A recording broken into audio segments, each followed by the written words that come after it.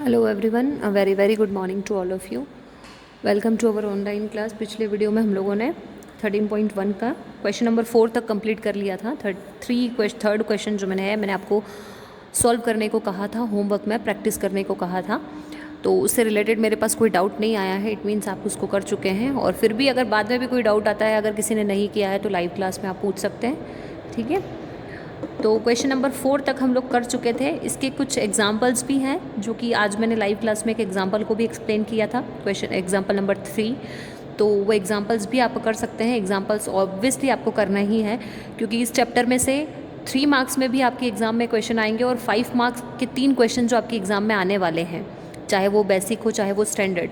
तो 5 मार्क के 3 क्वेश्चन आपके एग्ज़ाम में आएंगे। उसमें से 5 मार्क का एक क्वेश्चन जो है वो आपके इसी चैप्टर में से आने वाला है। तो इसका हर एक क्वेश्चन आपके लिए बहुत इंपॉर्टेंट हो जाता है। इसके 3 मार्क्स में भी इस चैप्टर में से क्वेश्चन आएगा, और 5 मार्क में भी इस चैप्टर में से ही एक क्वेश्चन आने वाला है।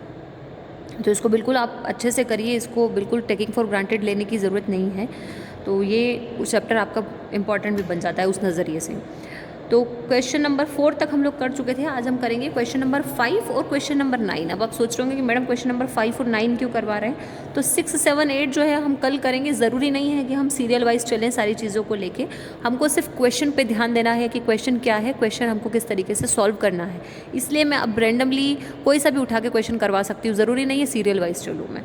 तो आज मैं 5th और 9th वाला करवाऊँगी। 6, 7, 8 मैं आपको कल करवाऊँगी, और कल इस एक्सरसाइज को हम लोग क्या कर देंगे, फिनिश कर देंगे। तो आप लोग भी ट्राई करना कि अपने प्रैक्टिस वर्क में, सॉल्विंग वर्क में आप अपनी एक्सरसाइज को फिनिश कर पाएँ कल तक। तो क्वेश्चन नंबर 5 है, a hemispherical depression is cut out from one face of a cubical wooden block such that the diameter L of the hemisphere is equal to the edge of the cube. Determine the surface area of the remaining solid. मतलब एक दो shape की बात हुई है। हमको पूरे question पे बहुत ज़्यादा ध्यान देने की ज़रूरत बिल्कुल नहीं है। एक हेमिस्फीयर की बात हुई है, और एक यहाँ पर क्यूबिकल यानी क्यूब की बात हुई है। तो क्यूब का वुडन ब्लॉक, तो एक पहले तो हमको एक क्यूब बनाना है, उसके अंदर एक हेमिस्फीयर की बात करनी है। तो क्यूब के अंदर एक ब्लॉक पे हमको हेमिस्फीयर बनाना है। अब मैं आपको डायग्राम बता देती हूँ किस हिसाब से। और यहाँ पे सिर्फ आपको दे रखा है कि डायमीटर दे रखा है, कि डायमीटर है L। उसके अलावा आपको कोई भी चीज़ यहाँ पर गिवन नहीं है। तो आपको ये चीज़ नज़र आ रही होगी, डायग्राम आपको नज़र आ रहा है। ये डायग्राम है। पहले क्या किया मैंने, क्यूब बनाया। अब क्यूब की तो आपको पता है कि सभी साइड्स इक्वल होती हैं, तो लेंथ भी एक ही है L, ब्रिथ भी L ही होगी, और हाइट भी L ही होगी। तो ये सब चीज़ें मैंने L यहाँ पर मेंशन कर दी हैं। हेमिस्फीयर की बात थी कि क्यूब के एक ब्लॉक पे जो है हेमिस्फीयर है, तो क्यूब के स्टार्टिंग ब्लॉक पे जो फ्रंट ब्लॉक है उसी के ऊपर मैंने एक हेमिस्फीयर बना दिया।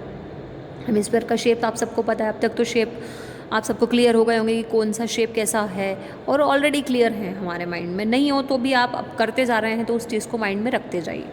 ठीक है, फिर क्योंकि एक डायमीटर बोल रखा है, तो डायमीटर हमने L ले लिया, और ऑब्वियसली अगर डायमीटर L है तो रेडियस हमारी कितनी होगी, L/2। इतना कॉन्सेप्ट क्लियर है। अगर डायग्राम समझ में आ गया है तो फिर बाकी सारी चीज़ें हमारे लिए बहुत ईजी हैं।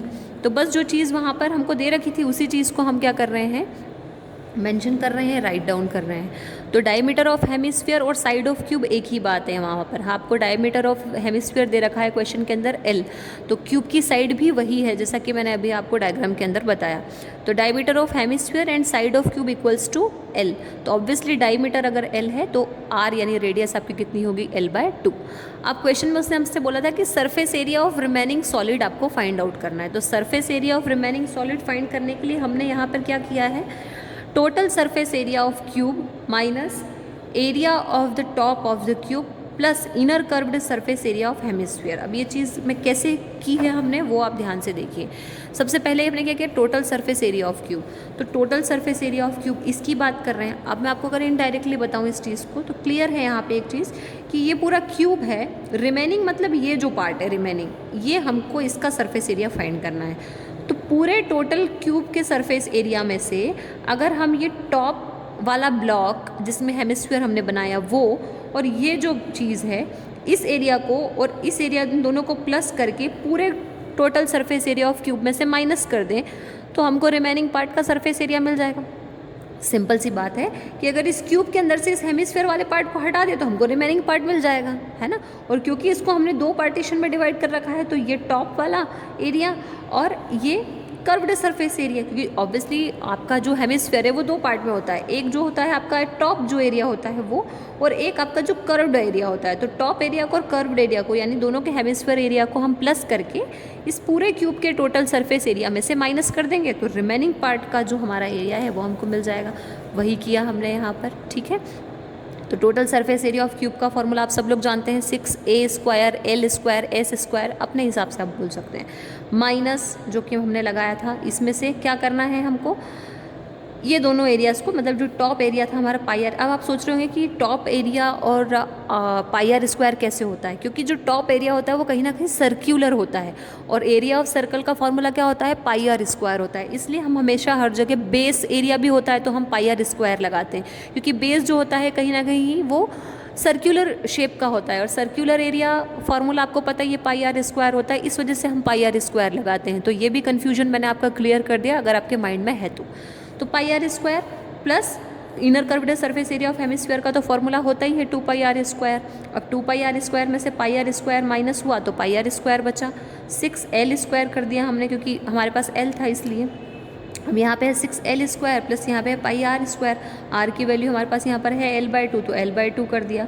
अब आप चाहें यहाँ पर क्या होगा कि आप l² को कॉमन ले लेंगे, l²/4 को कॉमन ले लेंगे, तो अगर यहाँ पर भी है, यहाँ के अपॉन में कुछ नहीं है तो आप छोड़ दीजिए उसको, या आपको अगर ऐसा लग रहा है तो आप यहाँ से पाई² भी कॉमन ले सकते हैं। जैसे कि ये जो चीज़ है, जैसे कि 6 है, l² है, यहाँ पर प्लस है, पाई है ना, और l²/4 है, तो यहाँ से हमने सिर्फ l² को, अगर आपको ये चीज़ में प्रॉब्लम लग रही है तो आप l² को कॉमन ले लीजिए, l² कॉमन लिया तो बचा कि इधर 6 बचा और इधर पाई/4 बचा, तो यहाँ पे 1 रख के LCM ले लें,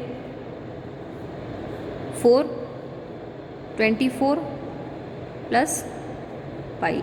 अब इसको बाहर ले लो, अंदर कितना बच जाएगा, पाई प्लस 24 या 24 प्लस पाई, एक ही बात है। और क्योंकि क्वेश्चन के अंदर कोई यूनिट नहीं दे रखी है इसलिए हमने स्क्वायर यूनिट यहाँ पर यूनिट लगाई, क्योंकि लगाना ज़रूरी है क्योंकि हमने एरिया फाइंड किया है ना।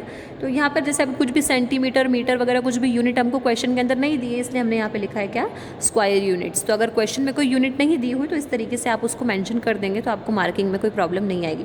तो ये चीज़ भी मैंने बता दी कि ये स्टेप कैसे है, क्योंकि एक बच्चे का कन्फ्यूजन आया था इसके अंदर कि ये स्टेप कैसे आई, तो वो भी मैंने आपका क्लियर कर दिया। अब मैं आपको क्वेश्चन नंबर 9 का, मैंने आपसे कहा था क्वेश्चन नंबर 9 मैं आपको करवाऊंगी, और क्वेश्चन नंबर 9 इसी में आपको पढ़ के बता देती हूँ मैं question. A wooden article was made by scooping out a hemisphere from end to a solid cylinder. If the height of the cylinder is 10 centimeter and its base is of radius 3.5 centimeter, find the total surface area of the article. दो shape की बात की गई है, cylinder की बात की गई है और हेमिस्फीयर की बात की गई है। तो सबसे पहले हमने सिलेंडर बना दिया, तो ये यहाँ से यहाँ तक का आपका सिलेंडर है, और हेमिस्फीयर बना दिया क्योंकि ऊपर भी हेमिस्फीयर बनेगा और नीचे भी हेमिस्फीयर बनेगा। तो ये दोनों जो साइड्स, दोनों जो टॉप एंड बॉटम है हमारे, वहाँ पर हमने हेमिस्फीयर बना दिए और सिलेंडर हमारा बीच में है। हाइट आपको दे रखी है पूरे शेप की, जो कि कितनी है 10 सेंटीमीटर, और आपको यहाँ पर डायमीटर दे रखा है, डायमीटर आपको, सॉरी डायमीटर नहीं, डायरेक्ट आपको यहाँ पर रेडियस दी गई है 3.5, तो इसकी भी रेडियस 3.5 है। ऑब्वियसली अगर हेमिस्फीयर की रेडियस 3.5 है तो ऑब्वियसली बीच में जो ये है सिलेंडर, इसकी रेडियस भी 3.5 ही होगी, तो हेमिस्फीयर की रेडियस भी 3.5 सेंटीमीटर है, हाइट और आपके सिलेंडर की रेडियस भी 3.5 सेंटीमीटर है। अब जो चीज़ें गिवन है वो हमने नीचे नोट कर ली, height of cylinder equals to 10 centimetre, radius of cylinder equals to radius of hemisphere equals to 3.5 centimetre, क्योंकि दोनों की रेडियस जो है वो 3.5 सेंटीमीटर ही है।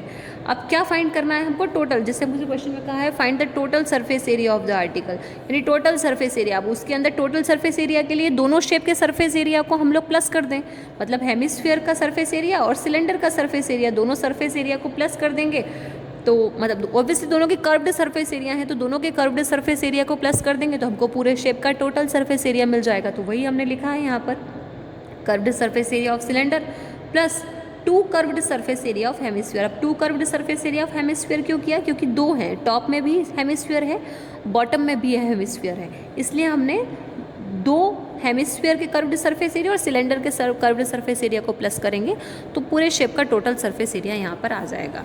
अब सिलेंडर के सरफेस एरिया का फॉर्मूला ऑब्वियसली होता है 2πRh, और 2 तो हमारा मैंने आपको बताया ही था कैसे आया। और हेमिस्फीयर के कर्व्ड सरफेस एरिया का फॉर्मूला क्या होता है, 2πr²। दोनों टर्म में से हमने क्या कर लिया, 2π को क्या कर लिया, कॉमन निकाल लिया। इसमें भी 2π था, इसमें भी 2π था, दोनों को 2π को कॉमन निकाल लिया। और एक r भी हमको कॉमन दिख रहा है, यहाँ पे r² है तो एक r कॉमन निकल जाएगा। यहाँ से r कॉमन है ही, यहाँ से 2πr कॉमन आया तो बचा क्या, h। यहाँ से 2 तो कॉमन आ गया था तो 2 और r बचा हुआ है, 2πr कॉमन निकल लिया था, स्क्वायर था इसलिए r2r बचा। तो ब्रैकेट में क्या बचा था यहाँ पर, h + 2r। वैल्यूज़ पुट कर देंगे। 2π की वैल्यू वही 22/7, r की वैल्यू हमारे पास में है ऑलरेडी 3.5, h की वैल्यू हमारे पास में है ऑलरेडी 10, फिर r की वैल्यू वही 3.5।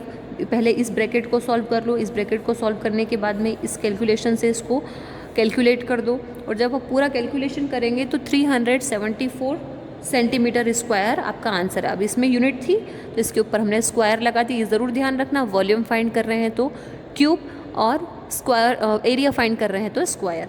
तो जो total surface area of the article था हमारा वो कितना आया, 374 सेंटीमीटर स्क्वायर। और ये इंपॉर्टेंट क्वेश्चन भी है वुडन आर्टिकल वाला, इसको करिएगा ज़रूर। कुछ 4-5 क्वेश्चंस मैंने आपको इंपॉर्टेंट बताए भी हैं इस एक्सरसाइज के अंदर। अगर ज़्यादा क्वेश्चंस नहीं कर पाते हैं तो कम से कम वो 4-5 क्वेश्चंस तो आपको करना ही करना है। ये 2 ही क्वेश्चन मैंने आज करवाए थे लाइव क्लास में भी, और एक एग्जाम्पल करवाया था, तो एग्जाम्पल तो आपको उसके अंदर मिल जाएगा। और एक्स्ट्रा चीज़ें अगर देखनी है तो आपको लाइव क्लास अटेंड करनी ही पड़ेगी, नहीं तो हर चीज़ वीडियो में कर पाना तो पॉसिबल नहीं है। इसलिए लाइव क्लास बिल्कुल अटेंड करिए। 10th क्लास के लिए तो बिल्कुल कंपलसरी है लाइव क्लास को अटेंड करना। वहीं पे आपको सारी चीज़ें और एक्स्ट्रा चीज़ें आपको दिखाई देगी या मिलेगी। तो कुछ इसके अंदर 3 क्वेश्चन और बचे हैं, 6, 7, 8, जो कि मैं कल करवा दूंगी और कल ये एक्सरसाइज आपकी फिनिश हो जाएगी। कल ही आपका डाउट सेशन भी है इसी एक्सरसाइज का। तो अगर 13.1 की किसी भी क्वेश्चन में अगर आपको कोई डाउट है तो वो भी आप मुझसे कल ही पूछेंगे लाइव क्लास के अंदर। और बाकी के जो 2-3 क्वेश्चन है वो भी मैं आपको कल ही करवा दूंगी। तो ये जो एक्सरसाइज है आपकी, ये कल आपकी फिनिश हो जाएगी। और इससे रिलेटेड अगर कोई डाउट है तो वो भी आप मुझसे लाइव क्लास के अंदर ही पूछेंगे। तो ज़्यादा से ज़्यादा लाइव क्लास अटेंड करिए। ये चैप्टर, ये एक्सरसाइज ये इंपॉर्टेंट है, क्योंकि जैसा कि अभी मैंने अभी वीडियो के स्टार्टिंग में बताया कि 5 मार्क का क्वेश्चन भी आना है इस चैप्टर में से और 3 मार्क का क्वेश्चन भी आना है इस चैप्टर में से। दोनों ही क्वेश्चन आने हैं, तो करना ज़रूरी है। और बिना प्रैक्टिस के ये क्वेश्चन नहीं आएंगे। जब तक प्रैक्टिस नहीं करोगे तब तक फॉर्मूलाज में कंफ्यूज होते रहोगे कि कैसे हमको जो चीज़ बोली गई है क्वेश्चन के अंदर वो फाइंड आउट करनी है। तो प्रैक्टिस करिए ज़्यादा से ज़्यादा इसके क्वेश्चंस। आ गई बात समझ में? और अगर कोई डाउट है तो फिर मैं, ठीक है, ओके, थैंक यू।